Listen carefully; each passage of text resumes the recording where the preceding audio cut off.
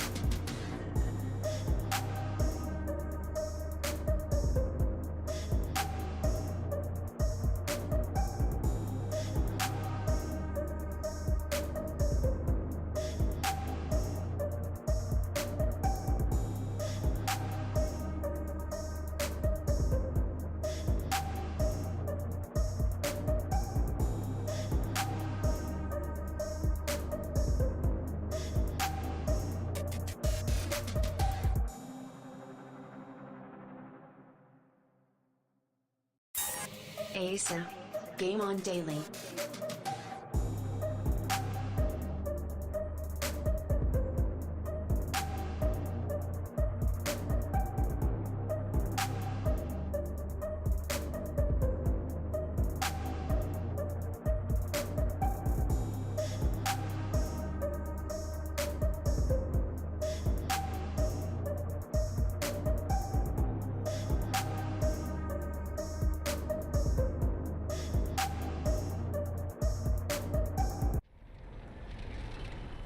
Welcome to Q&A, sir, and Eid Mubarak if you are coming off of Ramadan. This is episode 42 somehow. I can see many of the usual suspects. Sauron Grant, Ashes to Ashes, Isla, Peter Morland, Patrick, all here already. Thank you for coming back and talking about the gaming stuff with me. So, is everything working? I've made some subtle changes this week. Last week I had Ghostwire Tokyo background. It was raining and you asked that. You said, please let us hear the rain, which you could not. This week, you've got an OST to guess, but I also included a bit of the background weather effects just for a little ambiance. That's like ambience, but said stupidly. Anyway, before we get into it, let's have a little word from our sponsor who's not quite ready. Our sponsor's not ready for showtime. Here we go. Sponsor is Game on Daily. Website, platform, news aggregator, content creator, wonderful central gaming news place. Go there. We have so much to add to that will be coming in future. So get used to using it because one day it's going to be huge. Huge, it tells you. Said in all the accents at once. No, this was just this was no accents at all. But yes, I do like references to the videos that we have on the channel. There is another video coming to the channel. I don't know, it could sneak up there while I'm live. I don't know. I have no control of anything right now. Not even my bowels. No, I do have that. So what have we all been playing? We always start the show with what we've all been playing. And while you think about it, I'm going to run through a little bit of how the show works. So if you're watching this after the fact, this doesn't really apply to you, I'm afraid. Thank you for checking out after the fact. I do appreciate that. Leave some comments and things, and I will. I'll pick those up, and I'll try and pick them up and respond next week. But for now, if you are here, if you are watching live, there are various ways that we can communicate. You can keep talking in the comments like you are right there. for a conversation all back and forth. I'm reading those as best I can, keeping up with it, and we'll chat and see how the show flows. You can also join the show. You can get onto Discord. If you join the Game On Daily Discord, there's a Q&A category. If you stick yourself in any one of the waiting rooms, there'll be an opportunity at some point during the show for me to drag you into a live chat. You can be on the microphone, you can be on the camera, you can be on both. Probably not just the camera, that would be a little bit weird. But yeah, that's an opportunity for you to have a couple of minutes to speak to me and speak to everybody that's watching, say whatever you want to say. And the final option there, final realistic option, yeah, is the Q&A box from YouTube. So at some point, a Q&A submission box will appear, and you can stick whatever you want into there in terms of questions, comments, jokes, no riddles. And I will make sure I get to all of those at the end of the show, as we always do. Yes, the background has been successfully identified. Ashes to Ashes got in there first, but Patrick, you are also correct. It is Dragon Age Inquisition.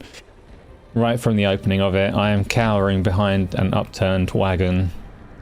Also from Dragon Age Inquisition. I do usually have my table or foreground, whatever, is usually from the same game. Always from the same game.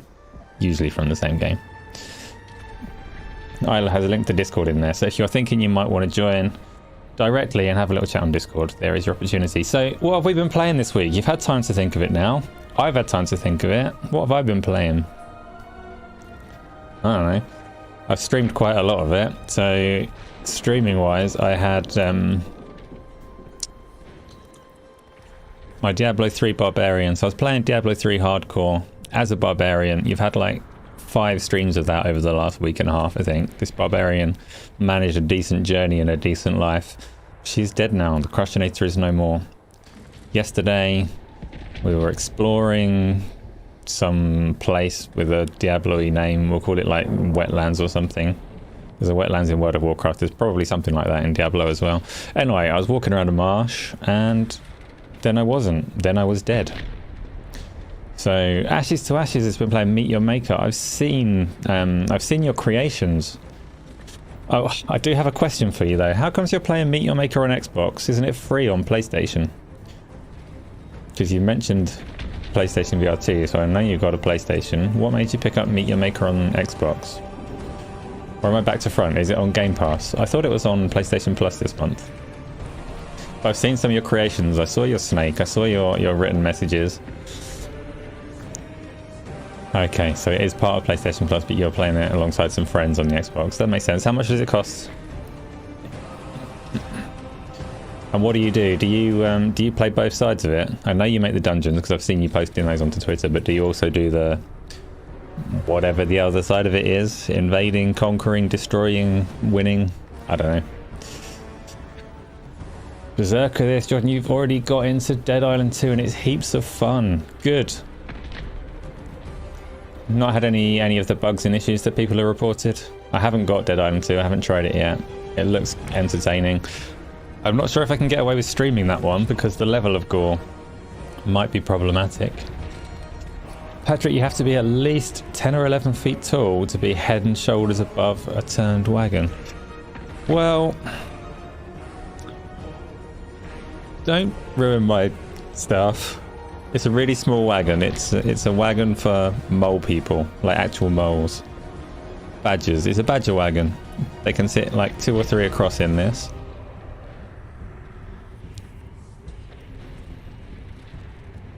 There. AJH, welcome. You have to wait 3 hours. 3 hours for Dead Island 2. What is this, a school for... I was going to go with ants, but I thought it's a little bit bigger than that. It'll be a huge wagon for the ants. What is this, a school for badgers? Absolutely. Jordan, you've had it for review. You had one bug where a character was in the floor for a cutscene, but other than that, performance and the game overall is bloody good for a game played in development now. Yeah, it was always a risk on that one. After its decade of being made and still being cross-platform. You can still play it on Xbox One and PlayStation 4, right? So... But yes, I quite want to play that, but I'm also not in a massive hurry for that because there's a lot to get into. Yes, please. Thank you. Good message, Isla. If you are on Twitter or if you use one of the more trendy social media platforms like, what do the kids use? Can you re-TikTok my show? I don't want any kids to come along. You just stick with like Twitter and Facebook and like that Nazi one that Donald Trump uses.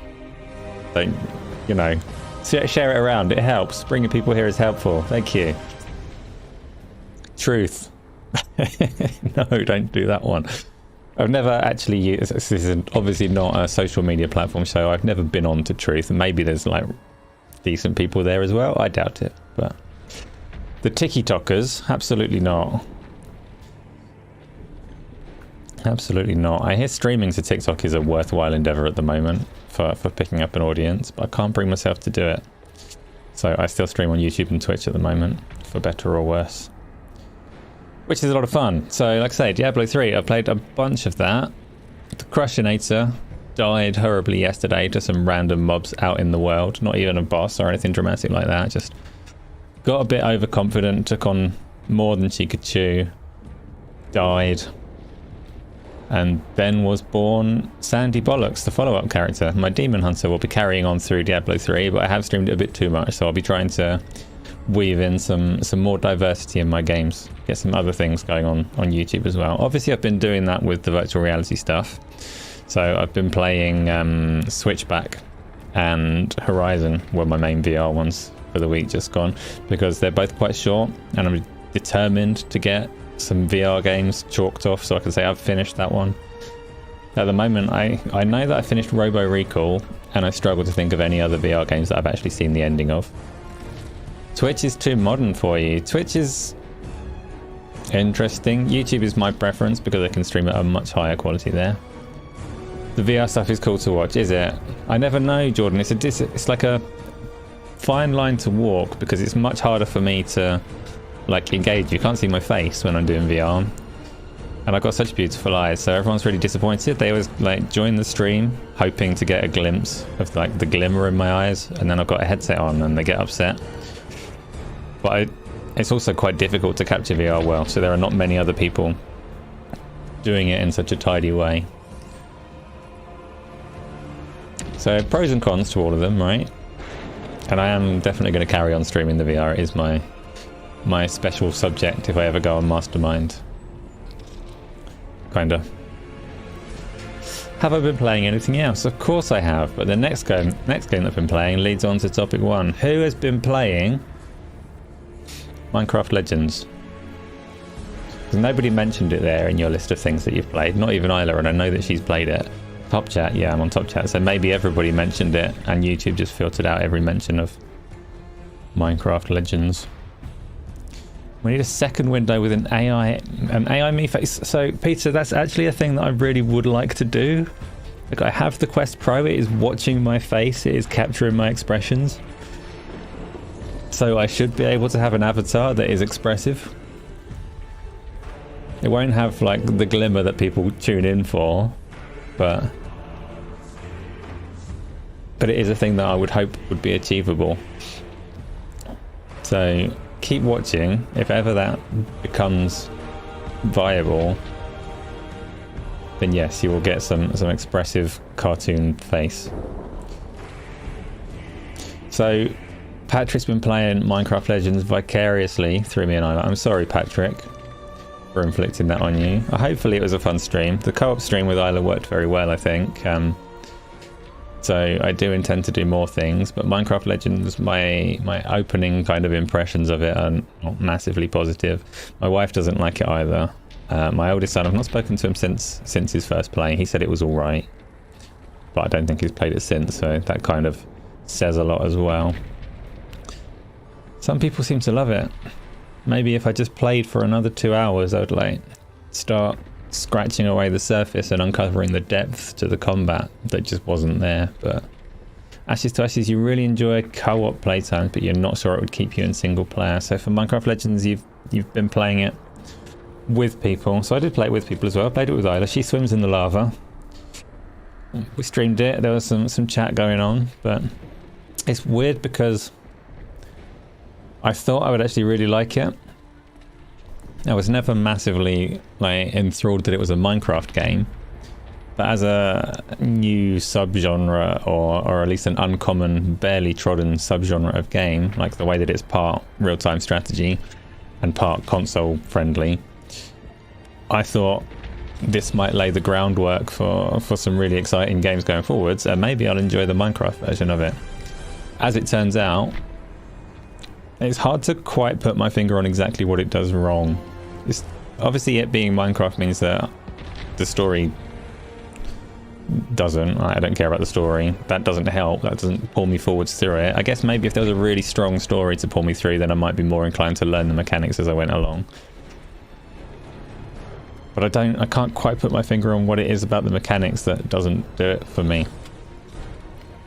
You haven't tried the 2v2 mode yet? I thought it was 4v4. Is it 2v2? I'm not mean. Why am I mean? We're going to play it again, aren't we, Isla? We had a lovely time. So who knows? Maybe we will. Maybe that's the drive that I need to uncover those mechanics. It's the... I don't know, everything feels so small. Like, because it's made for cross-platform with the Switch and all the rest of it, it feels like you can get an army of about 10 things. And they don't really do anything that exciting. But, like you say, Ashes to Ashes, I was aiming for a world #1 team that goes into PvP, finds that it's just a bunch of children that went in there by accident, not really knowing what they were pressing, and just climbs the rankings and dominates. Peter, there's so many games that you think you would enjoy if you was prepared to put the time into them. But is this the issue with Game Pass? It is. Game Pass is definitely... We've had conversations on this show before, actually, about that. It's a me problem. There's so much to play and I dart between things so quickly. Back in the day before Game Pass and before... Even without Game Pass, just the frequency and volume of games releasing is so different to how it was when like I was a teenager, and you'd get one game every month or two if you were lucky, and you'd damn well put the time in it regardless of what it was, particularly if you were buying these for like Sega consoles where releases were really a rare treat, and there was the issue of being able to afford things. Then yeah, you'd pick up a game and you'd damn well play it and you'd uncover the joy. These days, yeah, it's so easy to play for like 5 minutes to 2 hours and just go, nah, there's 400 other games, I'm going to go try something else.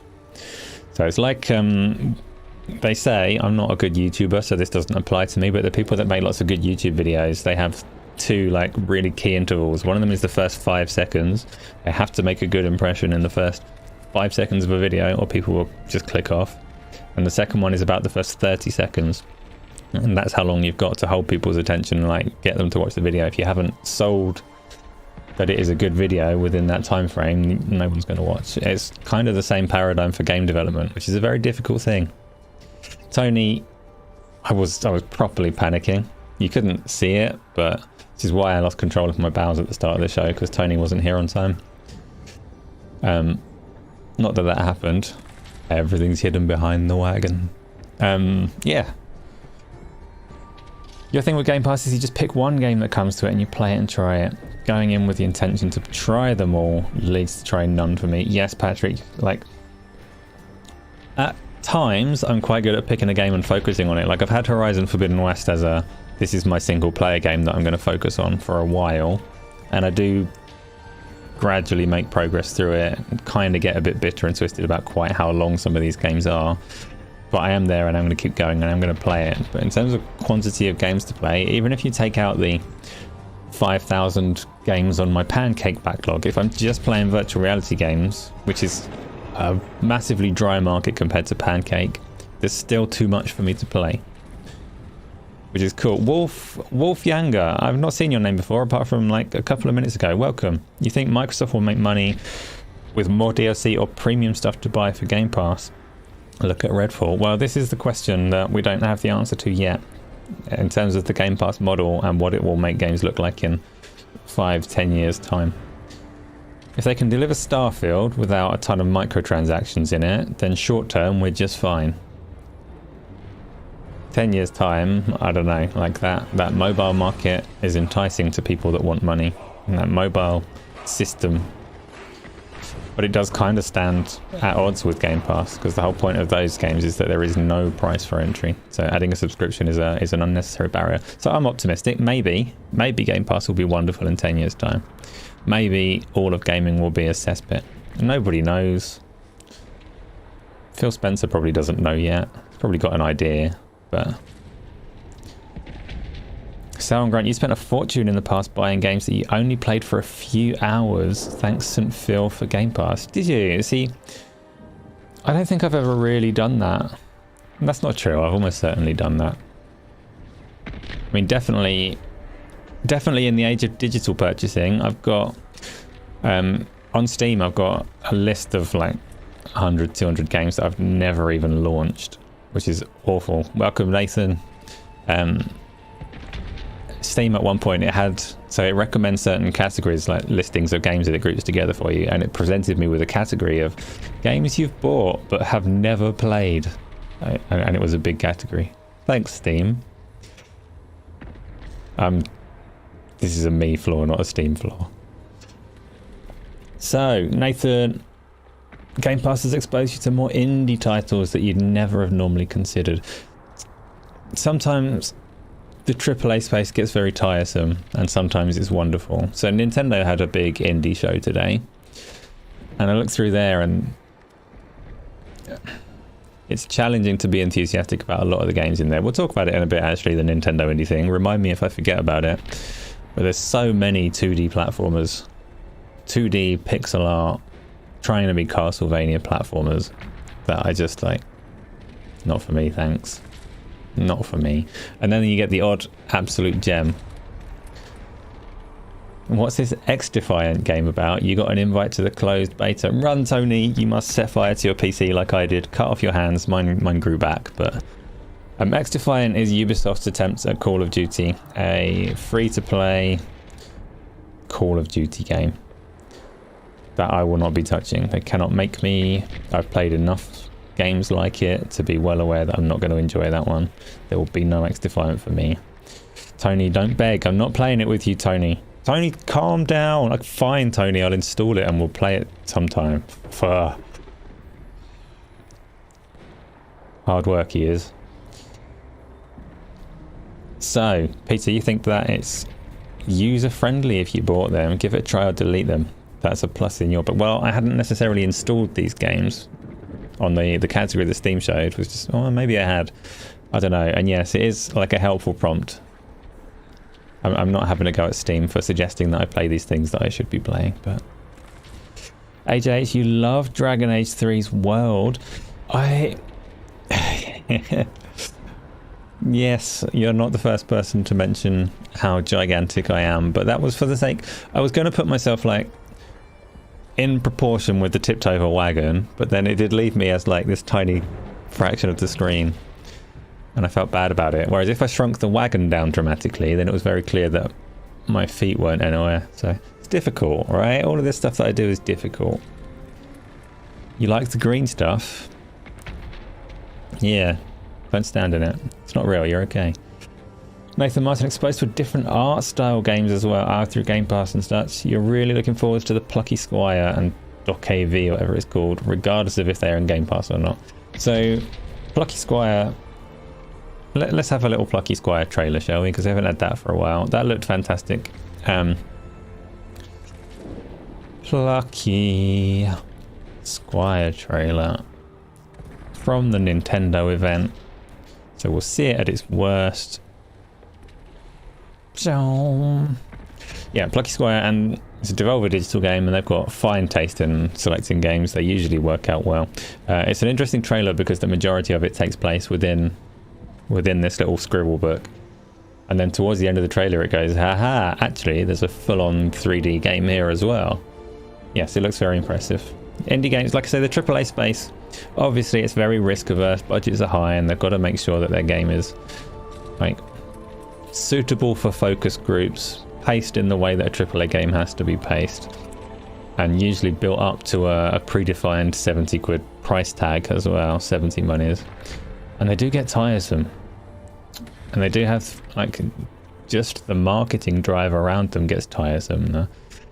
The FOMO push that they all stick in your face gets tiresome. So sometimes just having a break, taking a step back, and playing with indie games is a really nice thing to do.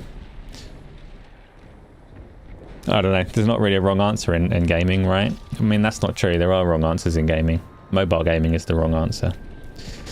You reckon Team 17 have good taste? Team 17 are a little controversial these days. They had a run of good taste, and then they became the Team 17 that wanted to have an NFT focused version of Worms, and a few other dubious practices that got them a bad reputation within the indie publishing space. Maybe they've clawed it back now, and I know you've been around the gaming industry for a long time, and you're probably thinking like long-term Team 17. They definitely were. They were respectable for a long time, but I'm not sure if they are today. Hopefully. I don't see Team 17 now and go, that's a must-play though. Whereas Devolver Digital, even their shows are must-watch.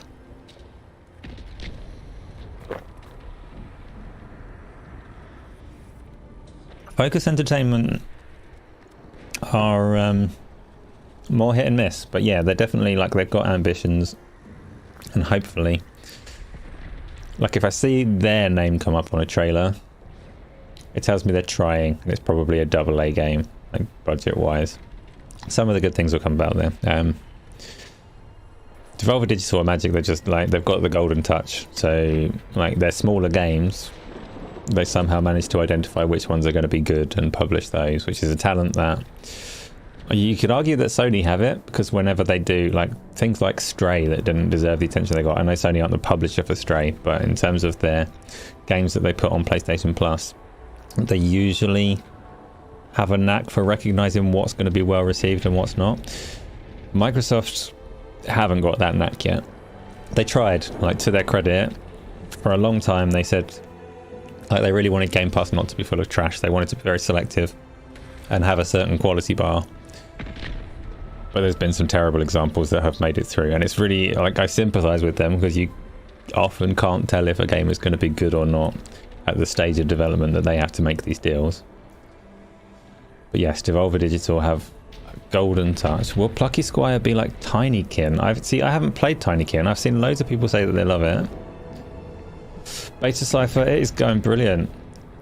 You're just home from work. Welcome to the show where we're talking about, I don't even know what we're talking about. We're talking about indie games and AAA games at the moment, which wasn't a stated topic, but it's always quite interesting to delve into, right? Peter Morland, NFTs were stupid from day one. Well, I don't want to tar the whole concept as stupid, but it's just been dominated by scam artists, which is what it is, and Team 17 were among them. And they didn't just go with NFTs. They went for the Bored Ape style, but Worms. They thought, oh, we could apply this to Worms. It'll be brilliant. Everyone will pay us loads of money. And they revealed these Worms in ridiculous bling that you're supposed to pay and trade money for. It was disgusting. And they got such backlash that it never released. They called it off. AJ, do you think Microsoft have done well with a few selective games such as The Ascent? You can see a big future from Neon Giant with a bigger backing. Yeah, so when they made The Ascent, that was 12, 13 people. And I really liked The Ascent. It was unfortunately buggy in crossplay in particular. So I haven't finished The Ascent. I was playing it on co-op with Darge and Chris, but we had all kinds of connection issues every time we played. Or one person would have the world completely fail to load and things like that. But it was visually, it's incredible for a team that size. I still use it quite semi-regularly for my backgrounds. And it's fun to play. So yes, Neon Giant surely have a big future ahead of them, and Microsoft did well to pick that one up. But at the same time, they have some terrible games on Game Pass. It is what it is. It was Darge's internet. I'm happy to blame Darge because he's not here right now. But he might watch this back. Darge, it's not your fault. Thank you for playing The Ascent with me. Yeah, that's a team that should be scaled up. You grew up on Nintendo and PlayStation, so it just makes sense. Wait, to clarify, last week you picked up a PlayStation 5 and after some thinking a few days later you sold your Series S. You don't hate Xbox, you're not a fanboy, but you really missed PlayStation. How long did you have the Series S for?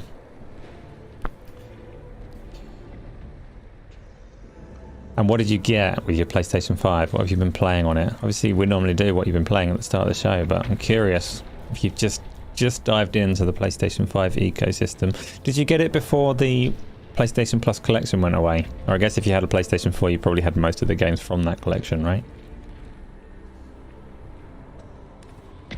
Final Extinction, yes. And I'm trying to think of the name of the... So we played on stream with Isla and Darge and I think Chris. We played a firefighting game. I think it's called Ember or something. It ran at like... I would say a number of frames per second, but I don't think it was a number that exists. It was like a new made-up number that exists outside the normal spectrum of numbers. It ran at that frames per second. It was horrible. Ember. What a rough game. You're not wrong. Stuff like that gets picked up early and just doesn't pan out. Yes. I remember Stadia. So Ashes to Ashes, you like your cloud gaming services, don't you? Have you been playing around with Luna? Great Cypher on the PlayStation 5, you got both Spider-Man games, Hogwarts Battlefield, which Battlefield? Sonic Frontiers, Hades, Tales of Arise for the physical PlayStation games. Oh, you buy actual discs like a magpie. Store them away in your little nest and 2042. That became a very good game. I don't play it because Battlefield games have never been my kind of game, but like a year after release and just before it came to Game Pass and all the rest of it, it became a very good game. I did play it enough to recognize that. Spider-Man games, I adore both of them. I'm fully planning to play those again at some point. I think Spider-Man 2018 is the best Spider-Man film. So I haven't played it since 2018, so I might do the PC version at some point just for a change. But I'm not a big fan of the Spider-Man's face change. I liked 2018 Spider-Man. Sonic Frontiers is still on my list to try at some point just for the sake of like childhood memories. Give another Sonic game a go. Hades is phenomenal. So if you've never gone through that, do so before Hades 2. Can't wait for that.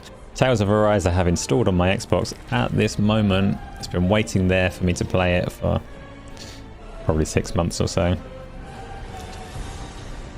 Ashes to Ashes, you play on everything, no discrimination. You use Luna quite a bit. Since you're a Prime member, you have some free games to play. GeForce Now is still king to you in cloud gaming, especially the 4080 tier. But do you play stuff on local hardware as well? Obviously for the PlayStation VR 2 you must play locally, and you mentioned Meet Your Maker and stuff on Xbox.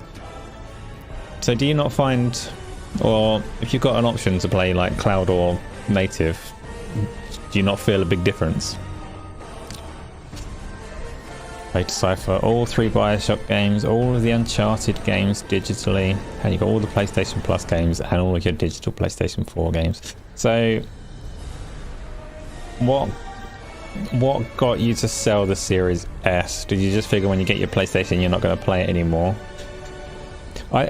I think this far into the console generation, if you were to like grade how well each console has done, I said on Go Live before, if you're an Xbox fan, you've had a really good time with the Xbox. If you're an Xbox fanboy, you've had a terrible couple of years.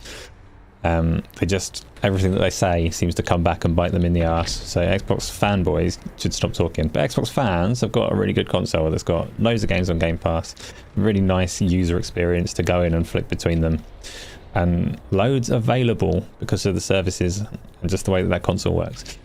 But PlayStation, in terms of the more traditional, like what you'd expect PlayStation to deliver on a console, they've killed it with the PlayStation 5. They've been like really, really strong.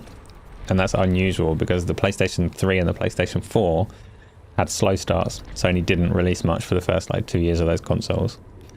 And they've just been firing for these ones. They've just released the Horizon Burning Shores expansion. It looks incredible, but I haven't finished Forbidden West yet, so I can't play it. And I say this despite I wasn't particularly enamored with God of War Ragnarok. that was a bit of a letdown, but still a hell of a game despite being a letdown. So it's a weird one because Microsoft might, like, they've got 1 million studios now and they're about to get 1 million more, and they might turn it around. It might be that come the close of this console generation, like 6 years in or whatever, we look at these two consoles, maybe Xbox recover, but the opening 2 or 3 years count for a lot as well. So fortunately I'm able to play on both, so I don't lose out. But you liked the Series S, but you absolutely love your PlayStation 5. You got a 4K 60 43-inch TV with HDR10, so you're actually able to take full advantage of your television. Yeah, I'm usually on a 42-inch screen myself. Not a very nice one. I would like to have a nicer TV, but that's not top of the priority list. Most of the things that I have are geared towards being able to stream well. Apart from, is that strictly true? I indulge in the virtual reality, but most things that I have are based around streaming and content creation, and my TV is very close to me, so anything bigger than 42 inches would be a bit silly. But I would very much like to have an LG 42-inch OLED, so if anyone's thinking of sending me a little gift, 42-inch OLED TV, that would be very nice. GeForce Now has the least latency. You can feel it, but it's negligible, so the benefits outweigh it. And it's an inevitability with the size of games growing for cloud growth that xCloud needs to step up. Yeah, so GeForce Now, they advertised it as offering 4K 120 frames per second streaming in one of their more recent pushes, which is optimistic. But yes, they do seem to, on the technology front, they seem to be way ahead, which isn't surprising because NVIDIA do push boundaries in all sorts of ways. It's only surprising in that they don't have the infrastructure of a Microsoft or a Google or an Amazon. And yeah, in terms of needing to step up though, like xCloud doesn't necessarily need to step up because consoles are a very viable play-at-home alternative, and the streaming audience don't necessarily need the highest fidelity. Like, there is an audience that they are trying to reach with that service that would probably be happy with it in its current form. It's more about things like Fortnite that they can use to bring that service to people and get them on there in the first place is probably a higher priority than trying to give a high fidelity experience to those of us that will probably stick with hardware anyway for as long as we can. Space Denizen, welcome. AJH, you think from a PC-only aspect, Microsoft had the potential to be something special. They're just fumbling. Sony are letting you down in the PC space, and Nintendo aren't even trying. Imagine if Nintendo brought their games to PC and I could finally play them. I know you can play Nintendo games on PC through methods, which I'm very open to doing. I should do that soon. Oh, I should definitely do that soon. I'm going to do that soon. Add all of their games to the list of things to play as well.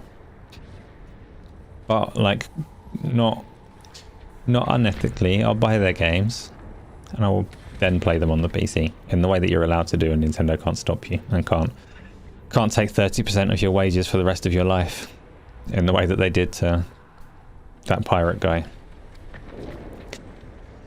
But Cypher, you didn't want to get a Series X because it seems most games look great on both, but sometimes they look better on PlayStation, and the DualSense is your favourite part. It's becoming your favourite pad. I like the DualSense, but it is just a precursor to their virtual reality controllers that are better. It's a nice controller. I've never liked a PlayStation controller until this one. But it is, yeah, it's a massive step up. But I like the Xbox controller as well. I think Sony have done really well with the Tempest 3D audio as well, because it's supported very consistently. Spatial audio is more of a rare treat on Xbox, despite it having had the technology for so much longer. Sony seem to be more imposing, like they make people use it, so they get it in there. AJH, you generally hate PlayStation controllers, put your thumbstick in the right place. I don't mind it, to be honest. I think there's always been a big conversation around the asymmetrical versus symmetrical. For me, the more important conversation was whether or not they were comfortable, and I don't think that the symmetry is actually key to that. I understand like the reason for the offset with the left thumb mostly being like linear movement up and down and all the rest of it, but I find that both Xboxes and PlayStation's controllers are comfortable this generation. I've not had the battery issues that other people complain of on the PlayStation side. I've not had the stick drift and bumper issues that people complain of on the Xbox side. I'm blessed with functional controllers. Beta Cypher, you're now debating whether you're going to pick up Dead Island 2 tomorrow or Dying Light 2 on sale right now. So let's have... I can't do a poll because the Q&A is open, but let's just have a show of hands on which controller you prefer between the Xbox Series controllers and the DualSense controller. You can choose whether you include the enhanced like paddle editions of both or not. Peter, you were PlayStation 1 and 2, but you swapped to 360 because you wanted to play with friends. Good enough reason to go. You've never seen a good enough reason to go back to PlayStation. You class yourself as an Xbox fan or an Xbox pensioner rather than a fanboy. Yes, and that's fine, Peter. That means you're one of the people that can say you're having a good time with your Xbox Series X, right? Jordan, you play 99.9% time on the Xbox. You just prefer the offset. Fair enough. So, my gaming like history was, as a child, I was on like the Sega line of consoles, but never anti-Nintendo. So I had Sega and my neighbour had Nintendo, and we would swap and go and play with each other's consoles, and that was lots of fun. Never had the hostility that people say you're supposed to have in a playground. Liked both of them, then carried on with Sega's. I got an N64, but the Final Fantasy VII got me into the PlayStation ecosystem. So I got on Final Fantasy VII, I played through. Obviously, when the original Xbox came out, I was a power-hungry fool, and I got everything that I could, biggest and best that it could be. So I played a lot of the Xbox, and then console-wise, I played on the Xbox 360 for them opening, banging 2 or 3 years, which were incredible. The Xbox 360 launch couple of years was like one of the all-time highlights of a games console in terms of the quality of releases. Everything that they were releasing was gold until Too Human. They have a Too Human trailer while I'm there, but they had like Bioshock and Mass Effect and whatever, Halo, and like everything was phenomenal, and Too Human looked like it would be phenomenal. It had all the hallmarks and signs of another great game that was gonna come and take our breath away. And then it wasn't. Then it released and was the first like not so good game. But I thoroughly enjoyed the Xbox 360 for the first 3 years. I got a PlayStation 3 as well, and that had a slow start. Everybody waiting to play Leia, which was not a good game either. Two Humans trailer is hidden away from me. It's an ancient one on a dodgy channel, but it'll do. It'll do for my purposes right now. If you can't read the writing, the resolution is about 4:3 pixels. It's not a screen ratio, that is actual number of pixels on display. And then after 2 or 3 years of the Xbox 360, I got into PC gaming for a long time. I just purely played PC for like maybe 4 or 5 years, until right up to the close of that generation of consoles. And just before the Xbox One and the PlayStation 4 came out, I went back to consoles to tackle the games that I'd missed in those 3 or 4 years. So things like The Last of Us, some Gears games and stuff like that. Played as many of the big games as I could before the new consoles came out. And I immediately got an Xbox One. So I had a really good PC at that point in time. I had a PC that had like 20 something teraflops of graphics card power, because it had 4 graphics cards in it. Two Human and Two Worlds are critically panned, but guilty pleasure games of yours. I still have Two Human. I had that one on disc, and I have it digitally since it got, well, before it got taken off the store and after it came back. I've got it digitally, I can play that. But it's wild that you like it. It's so close to being good. It's so close to being good, it really is. It had a really weird death mechanic. Two Worlds I've never played. I would like to, but wild that Two Worlds got a sequel. You still have the disc, yeah. It's one of the few discs that I have around somewhere. Yes, the death animation was so long. A Valkyrie came and flew you away, and it had like, it wasn't really any kind of punishment. It just put you back pretty much straight away. Strange. Ghost Fixer. Minecraft Legends is a bit challenging. You're happy it isn't totally easy.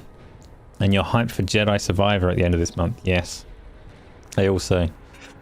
I need upgrades. I want to upgrade everything so I can play these things at ridiculous fidelity and stream them. I always want everything. I'm a bastard. To the people that like have to put up with me. But not to you. It doesn't do you any harm that I want everything. So we're all good. Yeah, so I played loads and loads and loads of games at the tail end of the PlayStation 3 and Xbox 360, including The Last of Us, which I didn't enjoy and dropped. Then I got an Xbox One because I was quite excited by the Kinect. Because I had a PC that had 20-something teraflops of power, and it could do everything that a console could do. It could do it, and it could do it better, apart from the Kinect, because that was new. So I thought, between these two consoles, I couldn't get them both on day one because that's a load of money.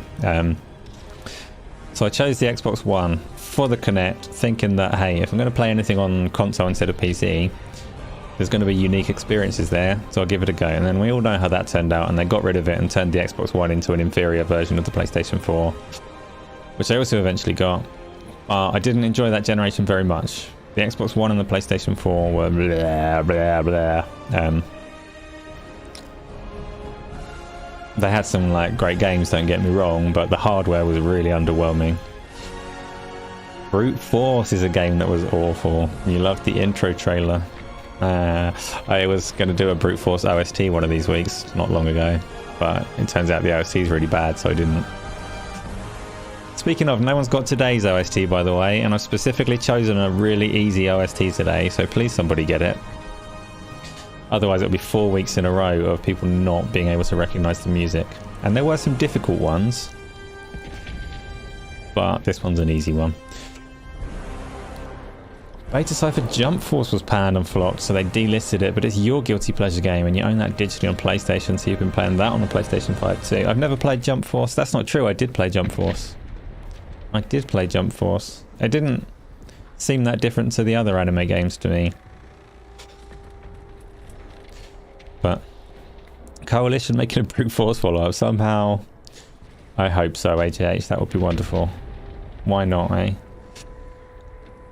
Has anyone else ever had their partner referred to as the computer widower or similar? Well, no. No. But, like, that could be a thing that happens. Like, she may have been referred to as a computer widow, but I wouldn't be aware of it because I was busy playing games. So that'll be a conversation outside of my earshot. I will ask her if she's ever been called that. Do the Minecraft OST.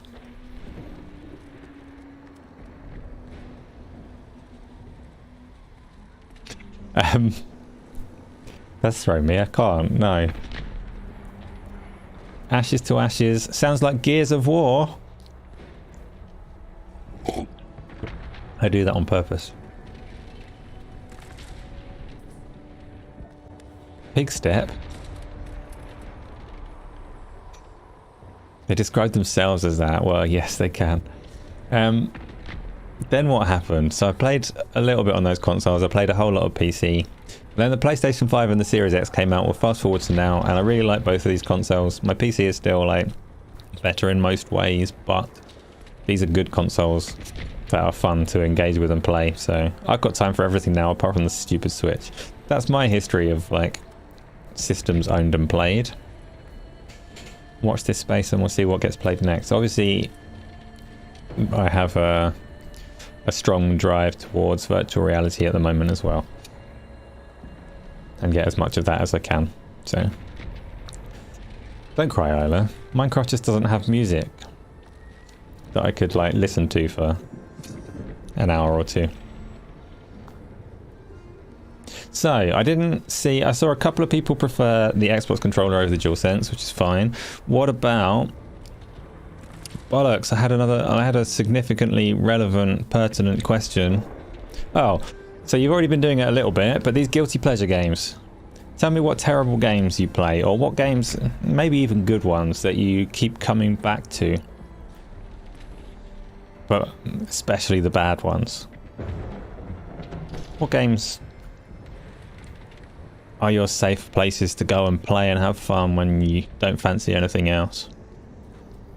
I'm not sure if I personally have one. I'm not sure if there is anything that I regularly go back to. I can always count on Skyrim VR to be sitting there waiting for me.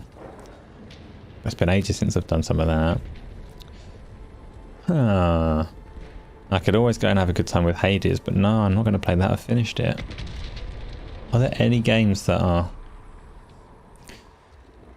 like, competitive games would fill that void for me, except I don't play any of them because I'm not very good at them anymore.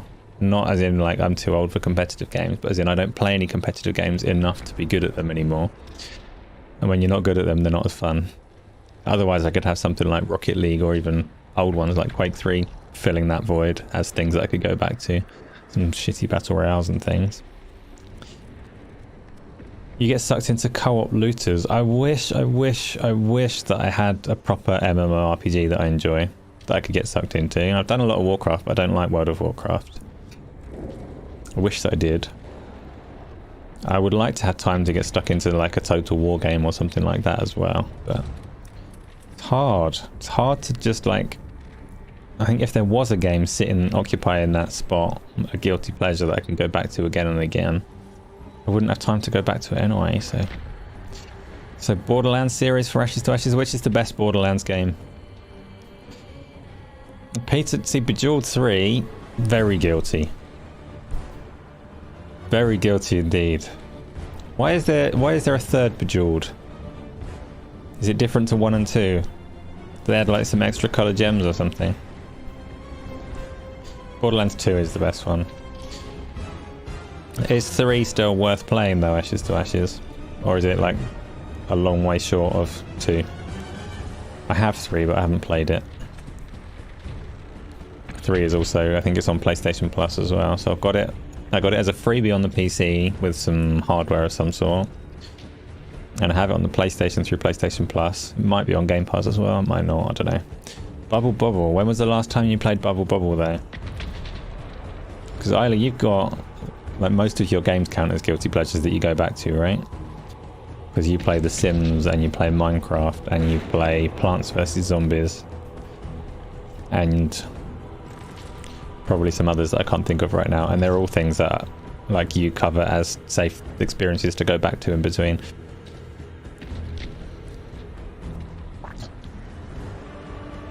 Yes, but that's like Roller Coaster Tycoon 3. Yes, so all of these though are the guilty pleasures that other people are trying to search and find that they have for themselves. Ark Survival Evolved. I can't do that. AJH, are you looking forward to the second one or the remaster of the first one? I really think survival games have so much potential to be really good. I'm still waiting for a good one, and I suspect, I mean, there's a fair chance that Blizzard's one will do it. Odyssey or whatever it's called. Or it will be monetized by Activision in a way that makes it vomit worthy. We'll see. I guess you could say Diablo 3 has become a guilty pleasure game for me, because that's bloody old. That came out in 2012 and I'm playing it a bunch and it's still fun. AJ, you have faith in Blizzard. Why do you have faith in Blizzard? What have they done lately? I want to have faith in Blizzard, and it's like previous affection for Blizzard that makes me think that they might be the studio to get survival games done. Like, make them good. But they have the Activision taint around them. Because they always make a niche genre and give it mass appeal. This is why I see them as the studio to sort out survival, because it's a genre that's right for it, and I know exactly what you're saying, because that is Blizzard's talent, or it was in years gone by, to take something that has a cult following and a really big appeal, but is a bit rough, and they see the good in it and polish it and strip away all the shit and release something like fantastic that blows that genre up completely. And they should be the studio to do that for survival. Like it's ripe and it should happen. But this is the Blizzard that have like 4 or 5 different ways to monetize World of Warcraft now, and have battle passes in Diablo 4, and has, well, Overwatch isn't king of anything, Tony. I'm glad that you're enjoying it, but monetization wise they're not a nice company anymore, and Overwatch 2 being Overwatch 1 being a bit weird. I want to have faith in them. I do. I really dislike Activision, and it's very hard because there's not a line of separation between Blizzard and Activision. If that's something that Microsoft can fix, then that'll be the best thing to come out of the acquisition. If Microsoft come in and say you're still working as Blizzard and now you don't have to answer to Bobby Kotick, you don't need to put that battle pass in there, you don't need to sell that, make a good game. Oh, wouldn't the world be a better place? You've been playing the hell out of Overwatch 2 along with 2042, so Tony plays it an awful lot and is ranked very highly on it. I do not. Tony, how can you love Overwatch 2 when 99% of the players are better than you? It's difficult, isn't it, Patrick? Being in that bottom 1%, Tony, must be grueling.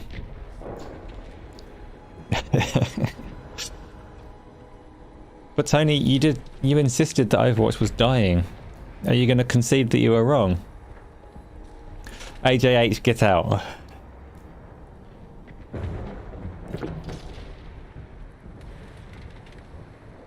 I'm a good mercy. I just, you know, you saw the worst moments, that was all. And I haven't played Overwatch 2 since. Good times, good times. Banned.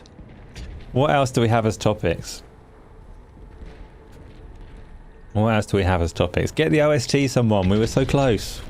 We were so close to getting the OST. I know you can't really hear it at the moment. It's gone very quiet. Overwatch is the king of porn. How's that come to be? I mean, this is one of Blizzard's talents, I guess, because there were a lot of years of Night Elves as well. So something about the Blizzard art style, or maybe it's the Blizzard audience more so than the art style. Maybe they're just by cracking open genres to more people, they get the dark side of the web. Tony, the only reason it's alive is because of the cult following kept it alive through the transition, and having 5 players instead of 6 has really made a difference. So yes, you were wrong on that. Oh, Tony. Cool. Well done. You didn't actually have to own up to any such thing. Now I feel bad. They got some smexy looking characters. I don't think they aim to though, do they? Like, obviously, if you go all the way back to World of Warcraft, they clearly did aim to. Like, the werewolves were sexy in World of Warcraft, right? Controversially so.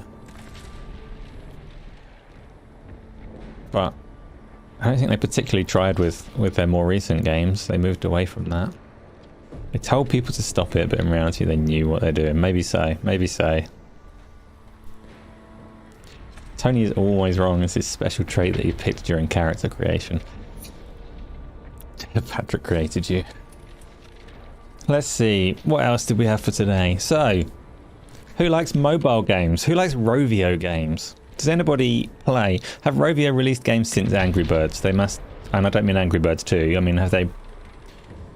What do they do? Why did Sega buy them? Rovio. So, you're probably already aware of what I'm getting at, but Sega bought Rovio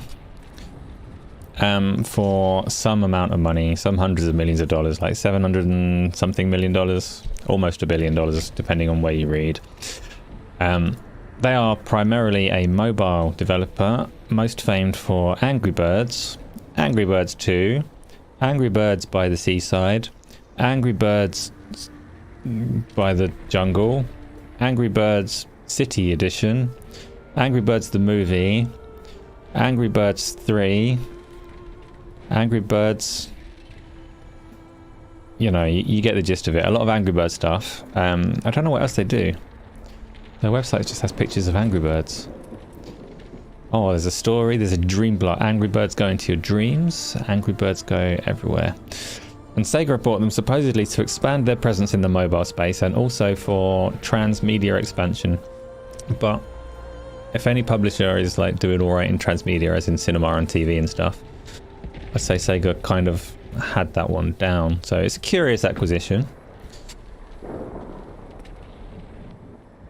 You like Angry Birds kinda. Kit said he got Diamond 3 on Overwatch. Tony, how much better than you is Kier? That's a question. Angry Birds merch sells like crazy. Yeah, apparently it was a friendly acquisition, so Angry Birds people wanted the money. But what can Sega do? How are they going to benefit from it? Are they just going to keep making more Angry Birds things? Does it mean that Angry Birds are going to start appearing in the next Sonic games? Define transmedia for the thickos, just as in like moving beyond gaming. So taking gaming IP and delivering it through other mediums.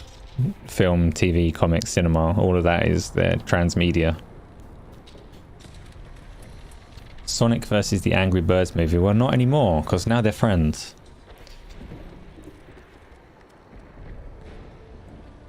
Multi-fucking media. Well,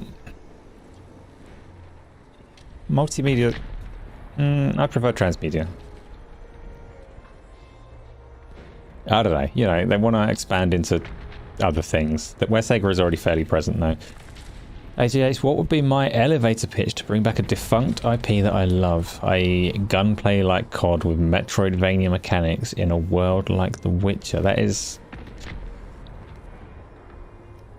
defunct IP that I love. See, most of the defunct IPs, like, there are a couple of diamond ones, and my elevator pitch for them is terrible. Because it would never actually like make any money. I would really love to see Shining Force and Panzer Dragoon, one or the other, but Shining Force in virtual reality. Demio on crack. Demio blown out and expanded into a full Japanese RPG, tactical turn-based strategy where you can drag the people around and flick them to their spot and tell them what to do and watch it all unfold in front of you with huge freaking summons and spells that you can go whoa, or you can zoom back out and play tactics over and above. Well, like I say, AJ, you're asking me what I would like to see brought forwards now. And you said an elevator pitch, and an elevator pitch, like, generally, if you were going to do that, you'd have to sell it as something that's going to be successful. So I'm aware that this isn't really an elevator pitch. This is, like, more of a nerd dream. If I wanted to try and sell something that, like, it was in an elevator with an investor, so I had to sell something that sounded like a good idea, rather than just something that I think would be awesome. I don't know. What are we really missing at the moment? Maybe like Angry Birds first person shooter, and Sega would buy it and I'd be rich. You can't give your elevator pitch since it might actually happen one day. Oh yeah, I've got ideas for things that I would actually make, but they're small scale because they're things that I could potentially make. You used to play Team Fortress 2 and camp as the invisible spy like a buck. I hate invisible characters in games.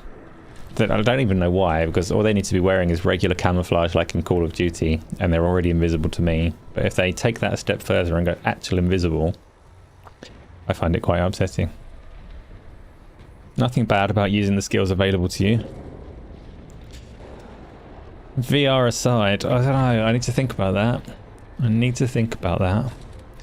I'd say make a Final Fantasy game that's turn-based, and the crowd would go wild. Square Enix, obviously, like, I wouldn't pitch it to them because they'd vomit, and like do everything they could to piss any money that they're going to make down the drain. But if I pitched that to any other publisher, they'd probably go, yeah, we could do that. A Final Fantasy game that's turn-based, loads of people want it. Does that count? It's not really a defunct IP, it's a mishandled IP.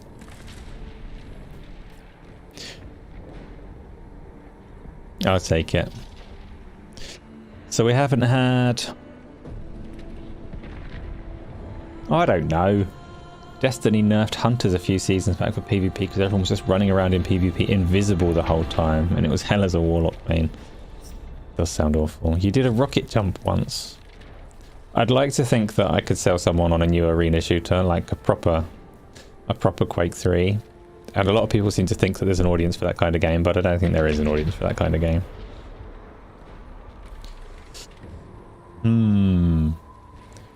What do I miss? I don't know. Again, like, I'm a massive nerd fan of MMORPGs, but again, the things that I would pitch in that space, the reason that they don't exist is because they're not things that are as profitable as the things that do exist. MMORPGs are like disgusting now, so I couldn't pitch a dream one of those really. You're a massive nerd. It's a badger car. I'm bigger than a badger car. What of it? You think tactical shooters need to come back? Tactical like Rainbow Six Siege, or tactical like, I don't know, something else?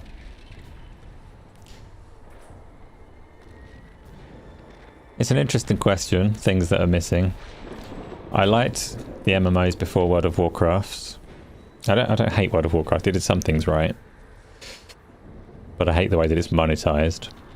I liked tactics RPGs, but they've not really gone away. They just, it was never a big genre, and it's still not. I like things that smash, like things breaking everywhere. That's cool.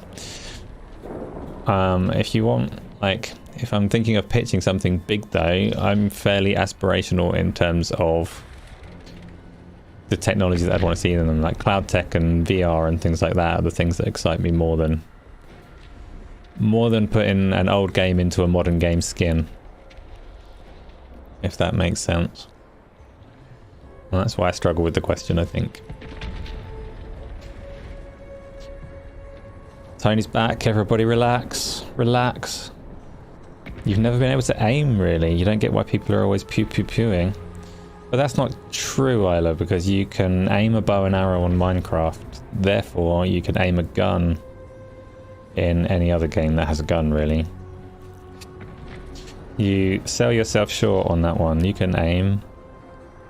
Wait, Cypher, you totally forgot about Killing... Oh, you've got Killing Floor 2 on PlayStation as well. Never played those. Stop bullying you. I said, like, you're good at games. That's been nice to you. God, there's no winning with some people. I tried. Bloody stealth, campy wanker. Some are born aimers and some are not. Some people can learn to aim. There's always room to improve. I am not a born aimer. I don't know, I used to be fine. I used to play Quake 3 a lot. And I don't know how much of it was like being good at aiming and how much of it was playing so much that you knew every inch of the map. Decado, welcome, welcome, welcome. You're probably even worse than me with the camo thing. That's interesting. Cultural wanker. Yeah, don't you forget it. But also don't take it personally. Beta Cypher, you don't know if it's at the moment, but Killing Floor 2 is a fantastic wave killing Z game. Yeah, it's a game you can play in VR, right? I can't remember if that was Killing Floor 2 or if that was a spin-off dedicated VR game, but...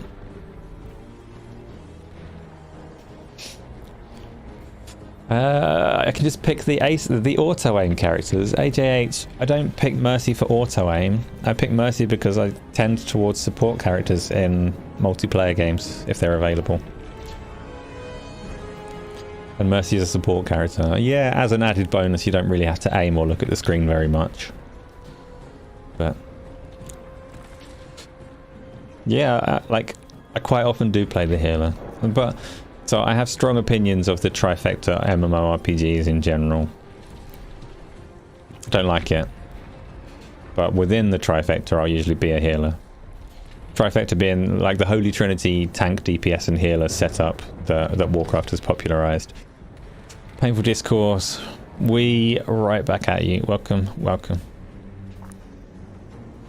So, what other things happened? So, Sega acquired Rovio. Nobody seems particularly bothered or interested in that. We don't know. Sega are going to do some things with Angry Birds. Hopefully, they're not going to stick them all over Sonic the Hedgehog. But maybe they will.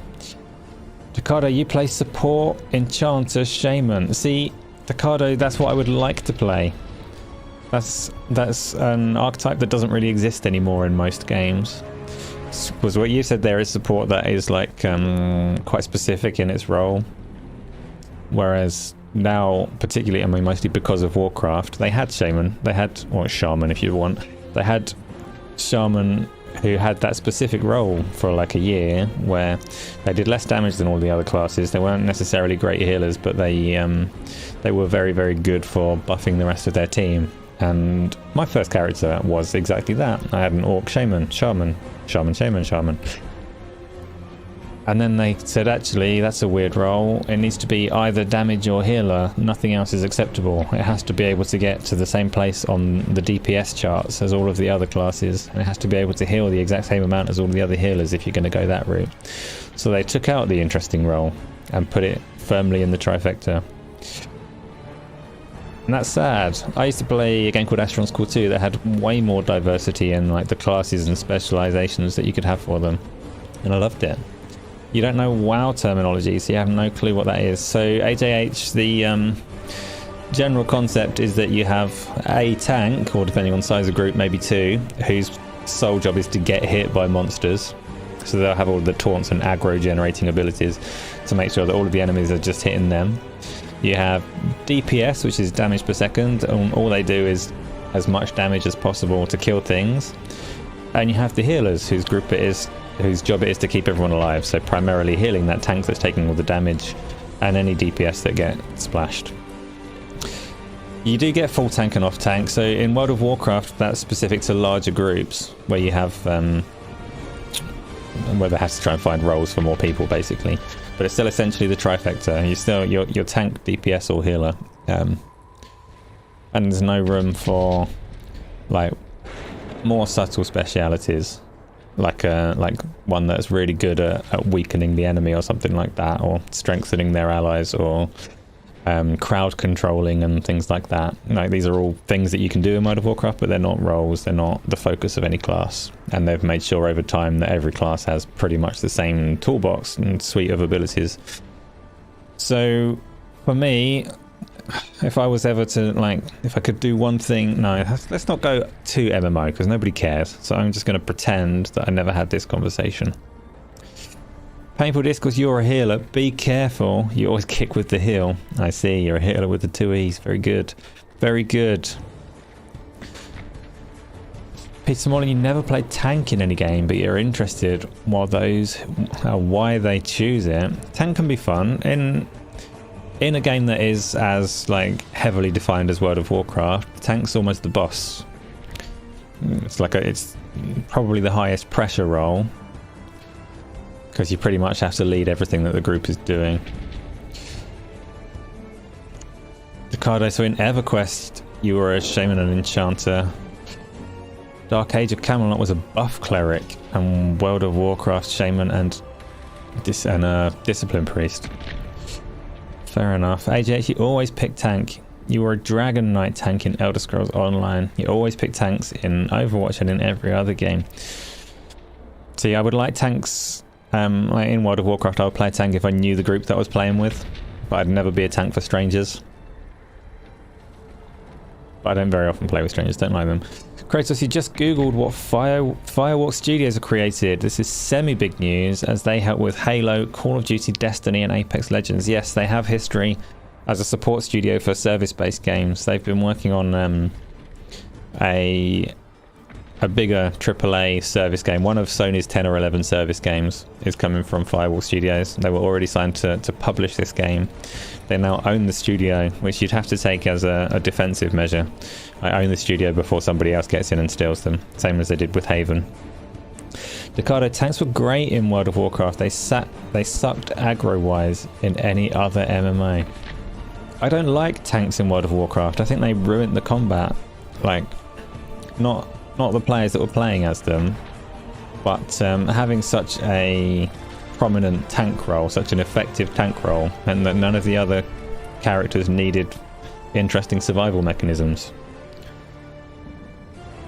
And that's like, that just sucked so much fun out of it for me. It was fun to be a tank, and it was very effective.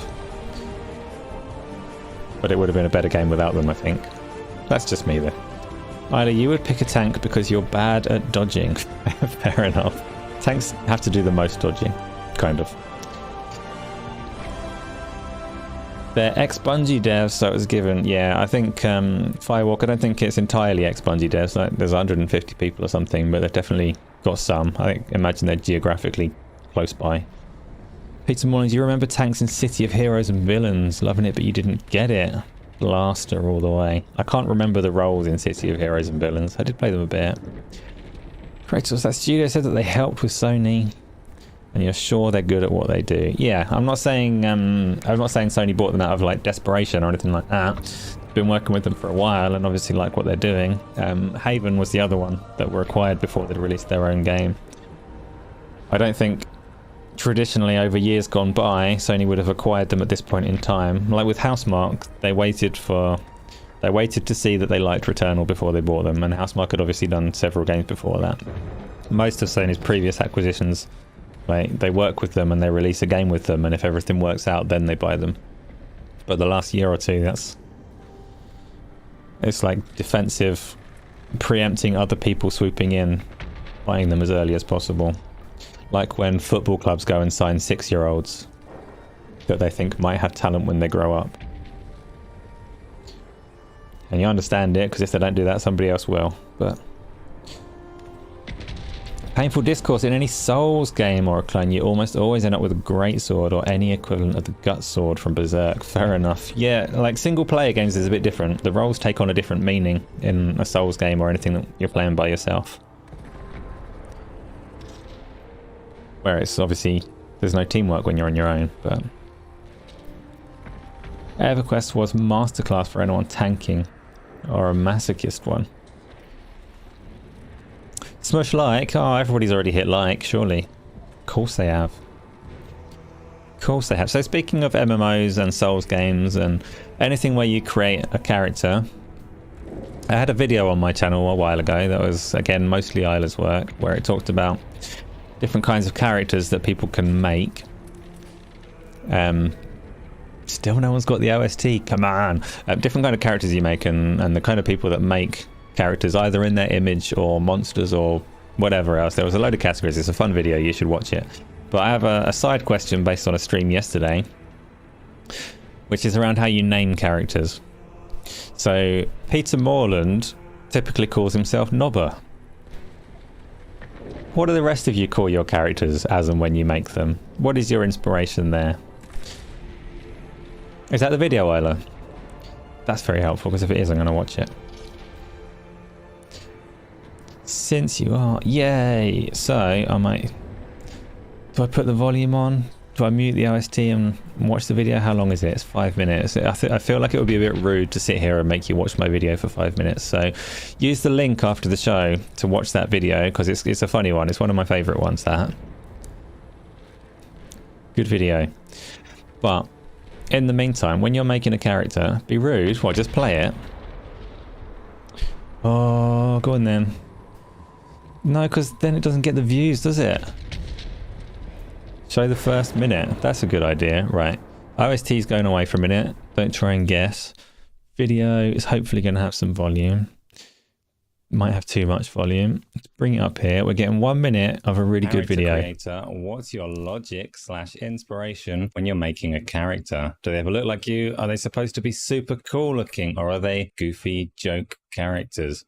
Well, so that is a question from Isla, which is possibly cheating because Isla's making this video, but we'll take it. We'll take it. Got to get it rolling somehow. I would say there's two types of people that approach a character creator in their own different ways. The first one are people that want to see themselves in the game. So they make themselves, they stick themselves in the game. And the second type of people are ones that want to make a character. So they don't make themselves, they make a character. It's their creation that they're going to take into the game and play with. And from those two types of people, you can divide them a little bit further. So there's two types of people, and it's actually 6 or 7 types of people. Let's run through them. So I mentioned people that like to create themselves and put them in a game. I can subdivide that a little bit. There are people that literally want to make their likeness. That's all they want. They want to put themselves into the game. So Cole Eastwood is a good example. Any game that has a character creator, he will put himself into the game with the closest likeness that the tools will allow for him. It'll be the same familiar look. There's a very similar type that want to see themselves in a game, but they want to see a better version of themselves. They want to see the best version of themselves.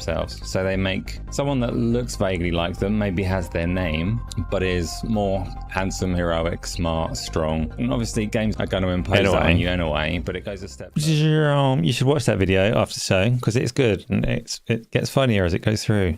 Bring my OST back. Oh, and my weather effects back. But the follow-up question for today, like I say, is how do you name your characters?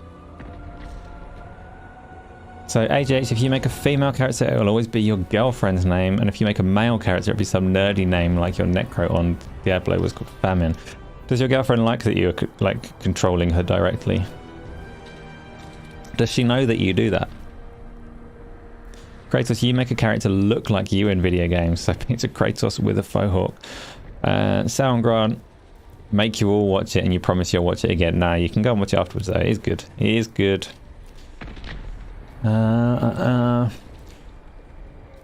made a huge, back to that previous thing. Yes, Housemark did make a huge jump. The OST is too quiet. Excuses. So the OST has a fairly uneven volume level. I left it quiet because every now and again it's going to come in too loud. I will make it a bit louder for you, as nobody has guessed it yet. Ricardo, pass, because that was your first Dungeons and Dragons character that you roleplayed drunk. It was easy because you were really fucking drunk. Good. Kratos, you are handsome, strong, intelligent, and a good cook. This is not a dating website. But good for you. Good for you. Patrick, your most recent Skyrim character is called Grackle.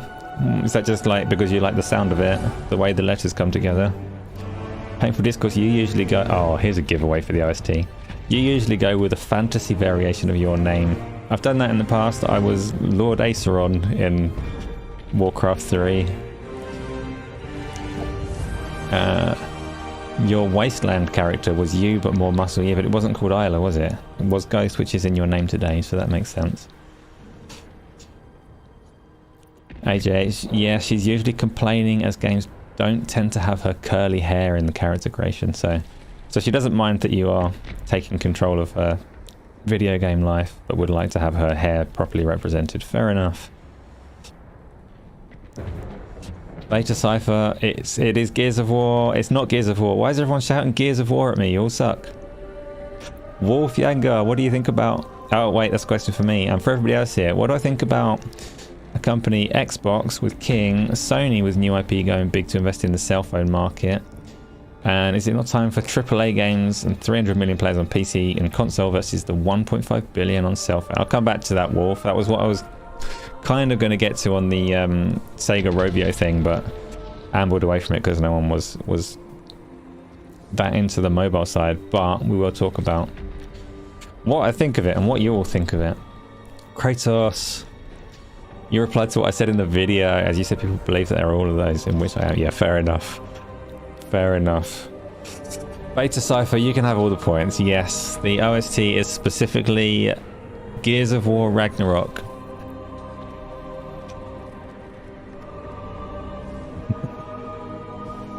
The good G of War. Controversial opinions from Beta Cypher. The Gears series is like, it has its moments. The God of War series also has its moments. like I said earlier on, I was a little disappointed with Ragnarok, but between the two, I guess I would give God of War the nod over Gears, but only just. Gears 4's vistas were beautiful. So Gears, visually, Gears has always been a really interesting series. Because obviously Gears 1 was like the reason that the 360 had the amount of memory that it did. It was visually, like, it was incredible at the time, but very, very brown and grey. And that's where the Gears of War visual changes over time are really interesting, because they're always cutting edge. Like the Coalition and obviously Epic before them have always been like at the forefront of technology, showing what the Unreal Engine of its generation can do. But if you look at the amount of colour in Gears of War 5 compared to like the brown and grey of Gears of War 1, it's a really, like, it's a neat evolution. Technology has been there from start to finish, but artistry has changed entirely. And Gears of War 5 is one of the most colourful games around. Let's have a Gears of War 5 trailer. Let's have a Hivebusters trailer specifically. Hivebusters. No. That's not the Hivebusters tune. I don't know what that was. It comes a colourful game just for the sake of a trailer. We do still have the option of a Discord call. You do not have to use it, and that's absolutely fine. We've already been running for an hour and a half, so it's probably not too long to go. But we do have Discord. If anybody wants to make an appearance and say some things, then just stick yourself in the waiting room. If you don't want to do that, that's fine. The option will be open in future weeks as well, because it is a nice little touch just to have it there. Dodge, welcome. You don't need to apologise for being late. We've been talking about you for the last hour. Jim and West Ham. Tony, I'm the gear to your war. I'm going to take that as a compliment. Good. You still like the semi-monotone aesthetics of the original trilogy as it set the mood. See, I don't feel like the colour necessarily took away from the mood in the 4th and 5th. But I respect your opinion on it. That is fine. Back when Gears of War was brown and grey though, like every other game was also brown and grey. That was a trend for a while. I like the colour of the new Gears. It still manages to feel fairly dark and foreboding. I don't like, so maybe the colour is part of it, but I don't like the tonal shift away from horror in general. So maybe you're like onto something with that. You'll be partaking in the Diablo test. What Diablo test? Wait. There's a May Diablo test. I'm probably not going to. Dart, you're always in the bath. Or at least once a week on a Thursday you're in the bath. Which is fine. So I played Diablo 4 on the previous test. Like the open beta or whatever it was. And that was enough. I don't normally play betas, and I don't normally play demos and things like that. I don't normally even watch trailers for games that I intend to buy. Diablo, despite its battle passness, is on the list of things that I'm going to buy and play. So I don't really want to play it ahead of time, only to have those characters wiped, only to have to do it again. It would just make it less fun when it does come out. So I will probably skip that. But I did play the last open beta for a little chunk. Have I spoken about the Dead Island 2 gang? No, not much. I've not played it, Darge. We've got... so Jordan was here earlier. Had the review copy of it and has played it for a while. Says some good things about it. Have you managed to start playing it, Darge? I'm sure you're going to. It's out Friday. Oh, is it not out today? Okay, fine. Tomorrow it's out and everyone will play it and we'll talk about it more next week. They did some good changes. Wait, Ricardo, where did they make good changes? Who made good changes? Oh, on Diablo, yeah. Give me an example when you say good changes. Do you mean like class balancing changes, or if they changed something else about the game that's... Have they added role? Tell me they've added role and I'm all over it. ACG rated it and you're vulnerable. Yeah, but ACG rated Minecraft Legends as well. So be a good Darge and play that as well. I do not recommend Minecraft Legends, but maybe you'll love it. So let's talk about that mobile thing as the last little topic of the day. I don't think many of you were very forthcoming with how you name your characters, but we did get some good names thrown into the chat. Oh, I missed out on Grants. You seldom use a character and usually use your name or a variant. Richard, Ricky or Dick. So most of the names that I have for characters, if I'm playing on my own, not streaming, then I usually pick character names from obscure games that I used to love. Those being Shining Force 3 and not Assassin's Creed, Asheron's Call 2. I pick character names from them that are obscure enough that nobody would recognize them, and if they did happen to recognize them, then that would be an immediate bond. Like, wow, nobody knows these games. We are one and the same person. So I have a bunch of names in my repertoire taken from those two games, but if I'm playing on stream, then it's whatever springs to mind at that moment or whatever people in chat choose, which is why I've ended up with a demon hunter called Sandy Bollocks that is currently playing through Diablo Hardcore. Skill Up is pretty good too. See, I'm not very familiar with Skill Up, but the two names that always come up as like trustworthy reviewers are ACG and Skill Up. I'm very on board with ACG and proven like one of those few people that definitely maintains their integrity throughout the process. Do I still rate ACG? Yeah, like he can like different things to me. He's not lost my confidence. He's very open and forthright in his process and what he does to avoid becoming a shill. So respect that a lot.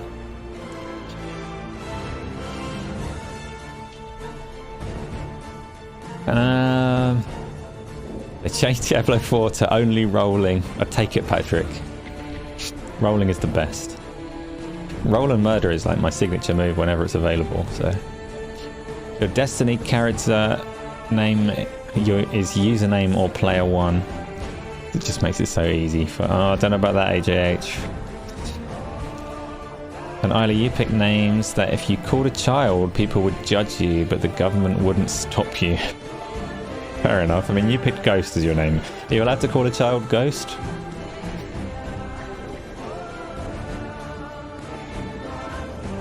Recently, Skill Up misses the mark. But you mean he misses the mark in terms of, you just don't agree with the outcomes of his reviews? Or there's something about like the process or method that you don't like?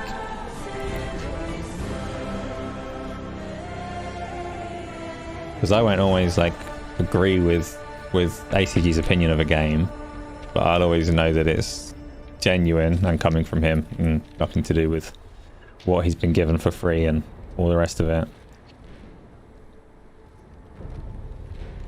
The objectivity, okay, fair enough. I won't go into what's he been doing wrong right now, but the video that's supposed to be coming out a couple of days ago on the Game On Daily channel touches on this topic. And some of the, if you were there for Go Live a couple of weeks ago, I said some contentious things that I stand by in a video. My guy Travis is good. Dunno. That's IGN, right? You have to tar them all with the same brush if they're at IGN.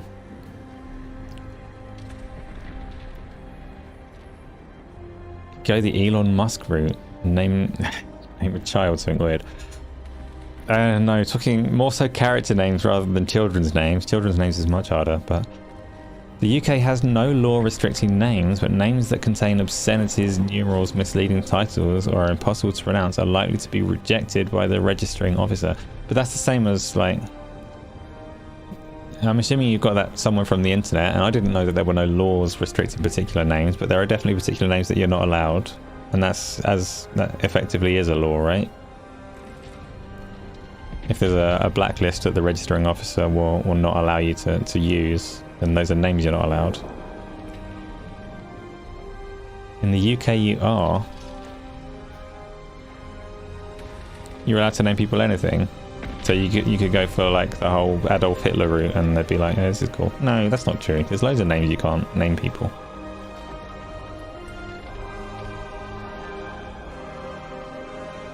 I'm sure that's a thing in the UK.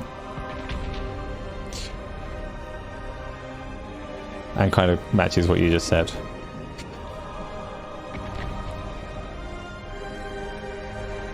Tygo is good because he puts the work in, even if you usually have different opinions, and he has lots of puns. I like a good pun. Eurogamer used to be good for puns, and then I don't know if they still are, but they were for a while. but I came up with the best review pun of all time. Back in the days when PlayStation and they had Drive Club against Forza Horizon, whatever number it was, 3 probably. And on the Drive Club review, I came up with the pun title #Forza Players, while Sony's marketing slogan was for the players, and it was brilliant. The best pun any review title has ever seen.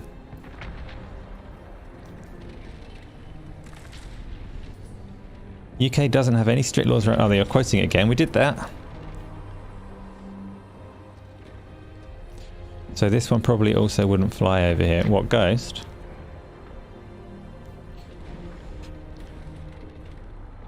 Wolf, I'm sorry, we barely touched on the thing that you're asking about. You're very welcome. Thank you for stopping by. And in that case, we'll park the mobile thing. As you're the person that asked about it, we'll park that for another week. Generally, there is quite a lot around what you asked. Your question around the industry chasing that mobile dollar is a good topic. I will save it. Save it for another one. Let's do... seems to be down to the registering officer on the day. No, I'm sure they've got a process they follow, Peter. I'm sure they've got like a list. A list of things that you know are going to be not okay. Industry...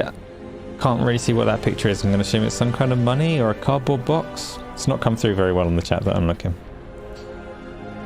You just looked for the list.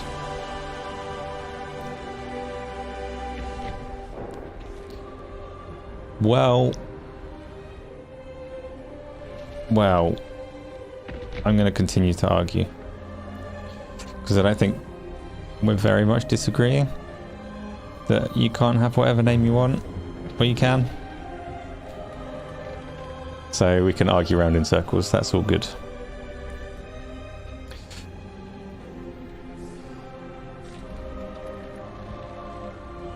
Do you? I don't want to argue anymore. I am consigned to not arguing anymore. Let's do the questions. Give me a question. Did we talk about anything today? Did I get through any of the topics? Does anyone know what the topics are?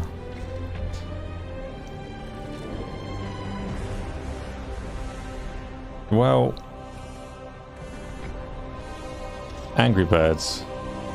No, no, Dakar. If you give me a timeout, I will accept that timeout and just sync off the screen and leave you to talk amongst yourselves.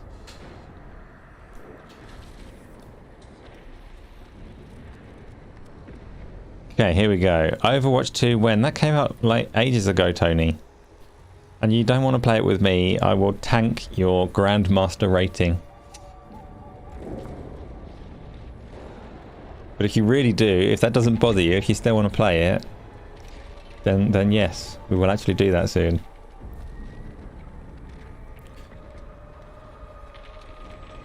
So you may or may not realise, but there is a Discord room called the Boob Room, specifically in the Q&A section. I'm not sure if I have a use for it or if anyone is ever going to get in there, but it exists. There really is. When I was setting up the 3 waiting rooms, I also set that one up. But it's tucked away. You probably can't even see it, let alone get in. But it is real. Next question, please. AJH, Costa, Starbucks, Cafe Nero, or just buy a nice coffee machine and make your own.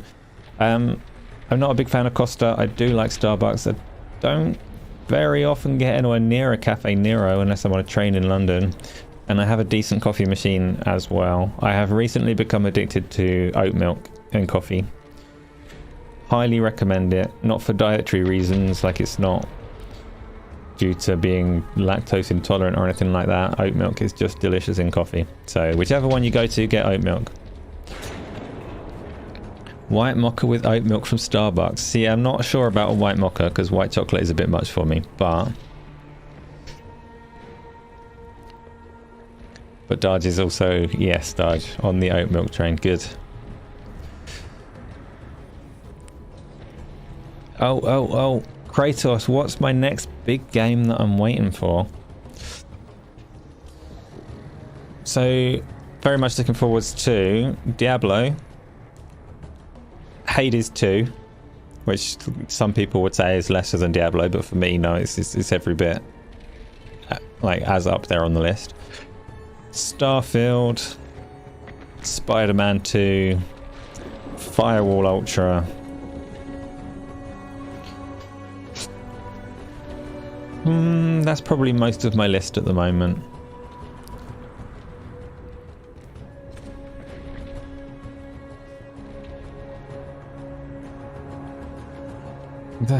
Don't try and define what the Boobram is. It's the unanswered question that should stay that way. Kratos, what's the next big game that you are looking for or looking forward to? And everybody else, you can answer that as well. Takada, you're looking forward to Wayfinders. Did you manage to play Wayfinders at all? They had some betas, right? Wayfinders, the way that it tries to copy the World of Warcraft art style makes it an instant dodgy to me. But I would be like happy to see it turn out well. You asked me 42. I never answered your question earlier. What question, Isla? Sorry, if you genuinely asked one, then ask again and I will try.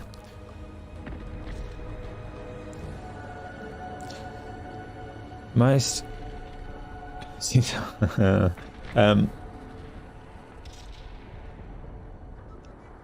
Dark Knight. Wait, you're confusing me. Let's just... Alright, I'm going to open this question. So, Peace of Ireland. Good to see another man who likes to sport a wide stripe tee. Ah, my t-shirt. I will just take that as a yes. Apparently that is the thing that I'm wearing. I have no taste in clothes. This is just what I found. I'm glad you're enjoying it.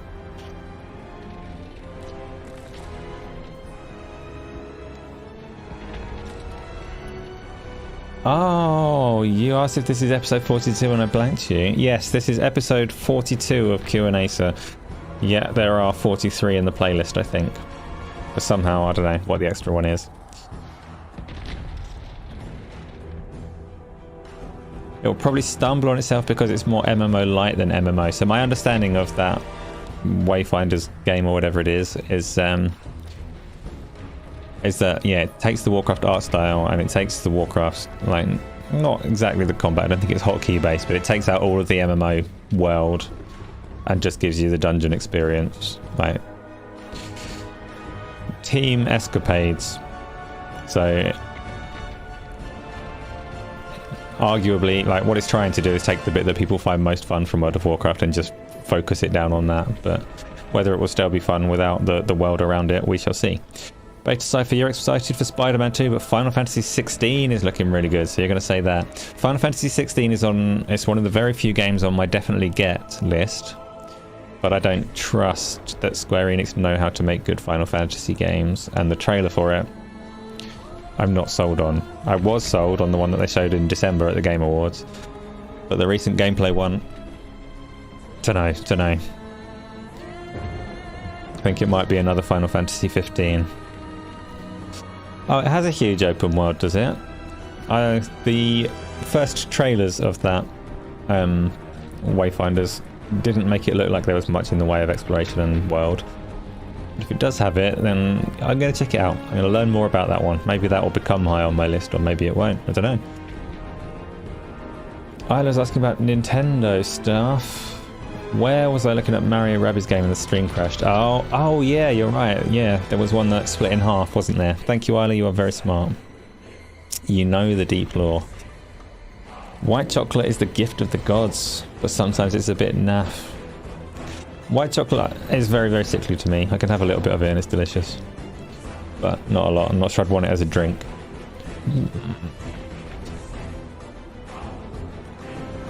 Right.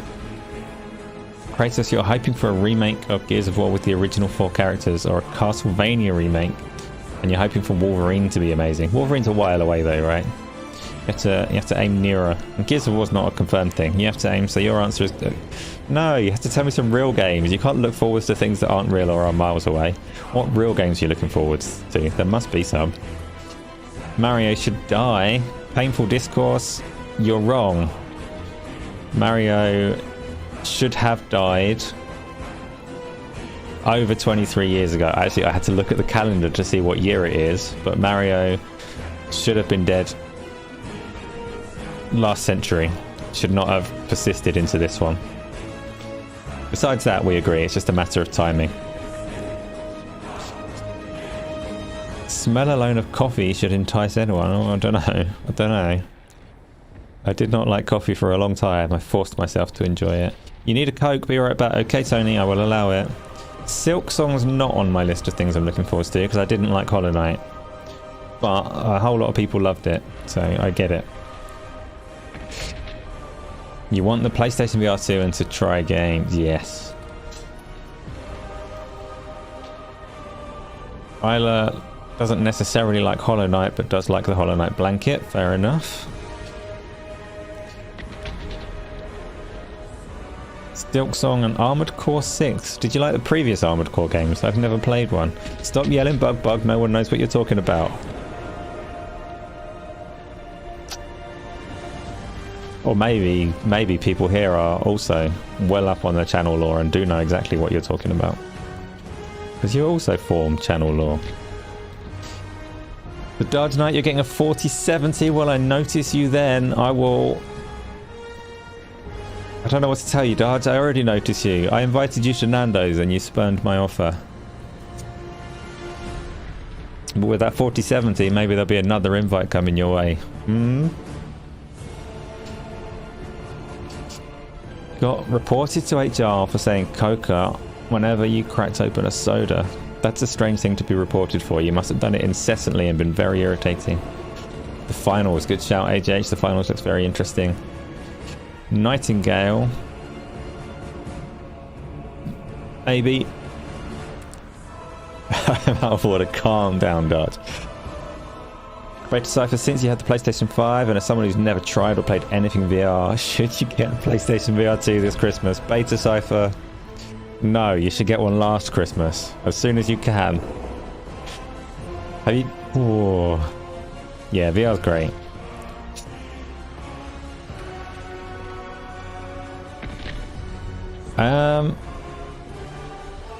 Right, reading the next question. Peter Morland, when this channel grows beyond the happy little band that we have now, which it surely will, I will start to plan out how I will adopt to larger numbers. Clearly it will change. What should we expect? Peter, I am not certain that it will change. So I haven't planned for that. It would be weird to plan for that. I've had this channel for a long time. And at the moment, you're right that it would become very difficult to have the interactions that we do with like loads more people. But I think we're a fair way off of it being unmanageable at the moment. I don't know, maybe I'll find like when you set up a stream on YouTube, you can set a minimum time you have to have been subscribed to be able to talk. And I have it set as like 1 minute, so it just keeps the bots out a little bit. Maybe I'll get to a point where I'm like, you have to have been subscribed for 2 years before you're allowed to talk to me, and then we'll have more time where it's just you good people that can talk, right? An original cast like Spawnwave, yeah. Keep my integrity, Dodge, like... That's not in doubt. I'm very stubborn. I'm very stubborn. People do offer me free things sometimes. I say no. No. I'll keep my integrity. I can't promise that I ever was or will be lovable, but I'll try. I'll try for you. Only 3% of the subscribers are here. Whoa, maths. Wild. If that stays the same, then we're fine.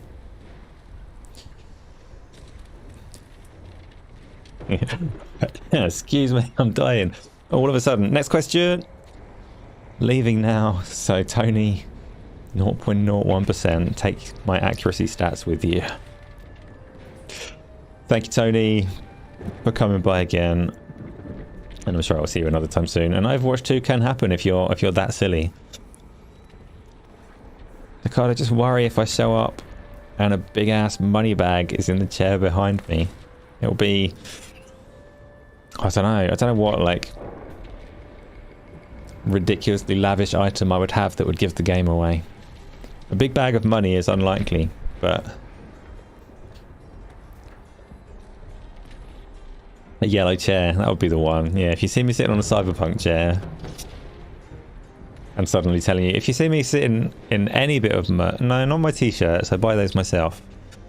But if you see me with some lavish merch for a game that's just coming out and then telling you how good that game is, then unsubscribe, tell the world to ignore me, and shout rude things to me, but that's not going to happen. They haven't guessed the game behind me. No, they have, Decado. The game behind was guessed early doors. Game has been gone. They even criticised the size of my badger wagon because they didn't appreciate that it's a wagon for badgers.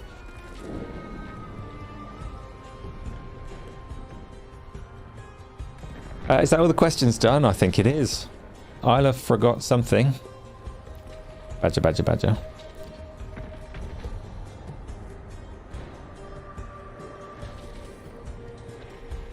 Darge is going to bed. Thank you, Darge, for stopping in. It looks like World of Warcraft. It is not World of Warcraft, Tony. Thank you everyone else for stopping in and talking to me, especially the people that are here for the first time, but especially the people that are here every week. It's the second best Dragon Age after Dragon Age Origins.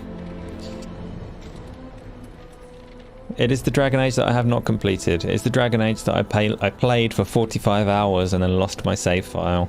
It is the Dragon Age that I currently have installed with the express purpose of playing it before Dragon Age 4 comes out. Yes, Dragon Age Inquisition. And yes, Dragon Age Origins was brilliant. Just take the merch, say that I did, and speak nothing about the game. No painful discourse. That's not how integrity works. Acid Flare, you missed. I don't know. Everyone's had a really good time, I'm sure. But thank you for coming along at the time that you did. It's cool. And now everyone's gonna like move on over and watch that video that Isla linked earlier. Isla, link the video again. Oh no, Tony is talking about his milk cake again. Tony, it is unlikely that I will eat your 3 milk cake thing. Maybe I will. If I ever see it, I'm definitely going to eat it, just because you've talked about it for years now. Playing Elf in Inquisition hits hard, and that is probably what I'll be doing. I think I'll do crowd decision. I'll play Inquisition on stream and let people choose. But now that you said that, it's quite likely that Elf will win. The words have gone, so it must be time to finish. We have to start over for Acid Flare. No, Patrick, YouTube has the power to let Patrick watch again. If not, no, you are Patrick. It's all going wrong. Acid Flare, I promised the rest of the show was better than this bit. His milk cake brings all the boys to the yard. Exactly. Exactly. We're all Patrick. I'm Patrick. There's Patrick, there's Patrick. Be sure to do all the DLCs. They bring it home. I will do that. They are included. I have them installed. I don't know what they are or how to get to them, but I will play the crap out of everything before Dragon Age 4 comes out, if I get the opportunity. For now though, no painful discourse. Milk cake is literally milk cake. And for now, unless there are any more questions, because the milk cake question is still up, I think that's it. I think we're done. So thank you everyone for coming along and doing the show like we always do. It will be back next week. We'll have a great time, I'm sure. There will be various streams and things in the meantime, because I am doing quite a lot of that at the moment. Do not feel like you have to come and watch or talk to me for any of them, but if you are bored, looking for something to do, and you see that I'm live, then stop in and say words. It's always appreciated. For now, still not got a good way to sign off the stream, so adios 17 assholes.